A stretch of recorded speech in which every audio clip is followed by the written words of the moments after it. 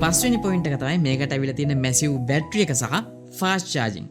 ඔව් මේක අපිට බලා ගන්න හම්බෙනවා මිලි ඇම්පියර් 5000ක බැටරි එකක් සහ 18 වොට් ෆාස්ට් චාර්ජින් ස්පීඩ් එකක් තමයි මේකට සපෝට් කරන්නේ. නමුත් බොක්ස් එක ඇතුලේ සුපුරුදු පරිදි මෙයාලගේ 20 වොට් ඇඩැප්ටර් එක මේ පාර මේ ඩිවයිස් එකටත් එවලා තියෙනවා.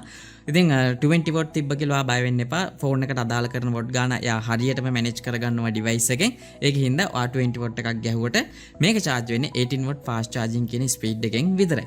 ඉතින් එහෙම බලනකොට මේක එකපාරක් ඔයාලා charge කරගත්තම ආසන්න වශයෙන් මේකේ තියෙන ඩිස්ප්ලේ එක සහ මේකේ තියෙන SoC එකත් එක්ක කැල්කියුලේට් කරලා බලද්දී ඔයාට අඩුම දවස් එකමාරක් මේකේ තියෙන බැටරි එක එක්ස්පීරියන්ස් කරගන්න පුළුවන්. හැබැයි ඔයා 5G network එකේ දවසෙම ඉන්නවා නම් මං හිතනවා මේක drop වෙන්න පුළුවන්. මොකද ඇත්තටම අපේ පැත්තේ තාම 5G නැහැ.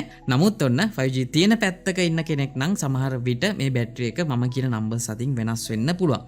හැබැයි කොහොම කරත් ඔයා මොන විදියට මේ ඩිවයිස් එක පාවිච්චි කරා. ඉතින් එහෙම නැත්නම් ඔයා heavy task වලට ගිහිල්ලා games උත් හැමතිස්සෙම වගේ සෙල්ලම් කරනවා නම් ඔයාට දවසක් කිසි ප්‍රශ්නයක් නැතුව මෙන්න මේ ඩිවයිස් එක handle කරගන්න පුළුවන්.